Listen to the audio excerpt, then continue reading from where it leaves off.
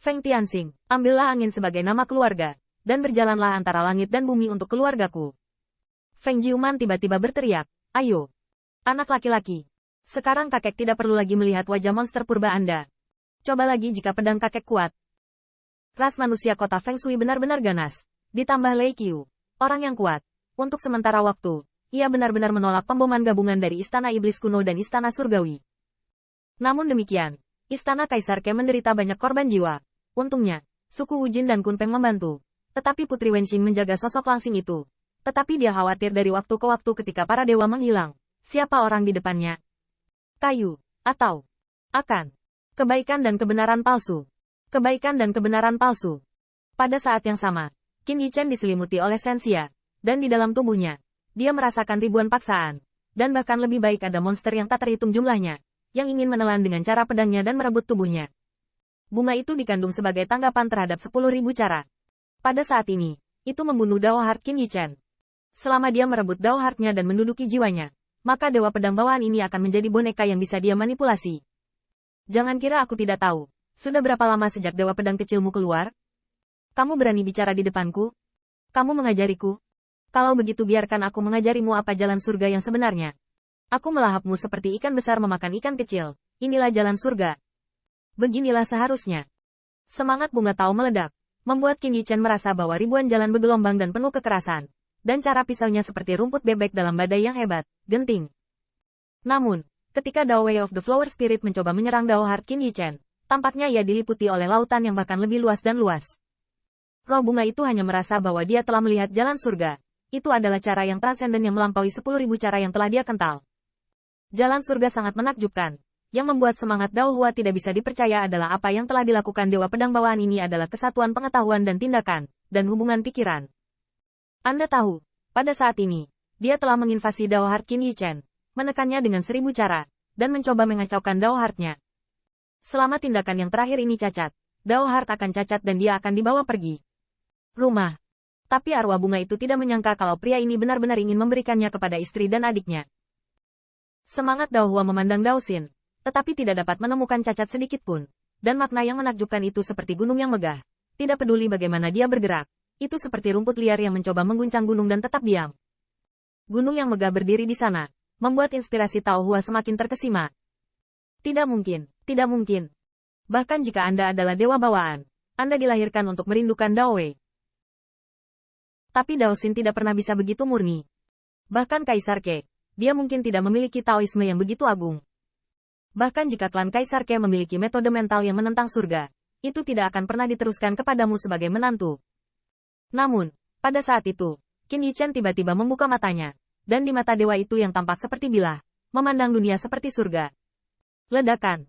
Taoisme seperti bertanya pada surga, tidak peduli seberapa besar 10.000 cara, tapi tidak peduli seberapa mempesona sekelompok iblis, sulit untuk mengguncang surga. Dunia telah berubah, bumi telah berubah, dan hati tidak berubah.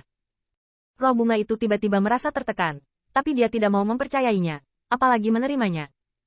Dia dikandung selama ratusan juta tahun sebelum dia keluar.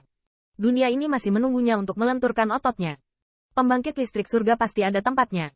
Bagaimana mungkin membiarkan dewa pisau kecil ini menghancurkannya? Semangat bunga Tao sangat marah, dan berada di bawah tekanan dari ribuan jalan besar. Tidak mampu merebut hati Dao dari dewa pedang ini, tetapi dia bisa menekannya dengan kekuatannya. Dia telah memadatkan sejumlah besar pembangkit tenaga listrik, memiliki puluhan ribu cara, dan kekuatannya bisa dibayangkan. Bahkan jika hanya inti bunga ini, itu pasti bukan pedang dewa kecil yang bisa bersaing. Bum bum bum. Dao besar ribuan-ribuan sangat menakutkan, dan Qin Yichen segera bergidik, dan Jintu Bao Dao aslinya tampak gemetar. Mau memolesku? Kamu tidak benar. Itu cara ikan besar makan ikan kecil. Tapi hari ini, siapa ikannya dan siapa umpannya masih belum jelas. Ledakan. Tanda seru. Tanda seru.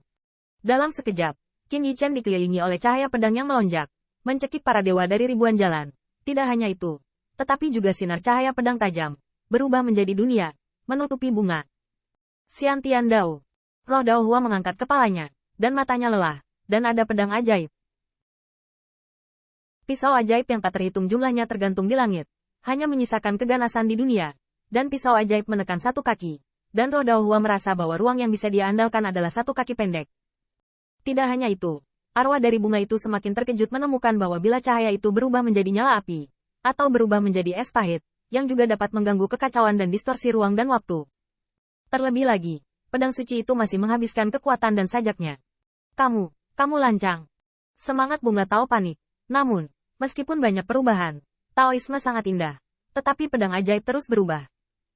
Pada awalnya, banyak pisau ajaib mungkin tampak bingung dan sulit ditangani, tetapi seiring berjalannya waktu, mereka sudah berdiri kokoh di langit.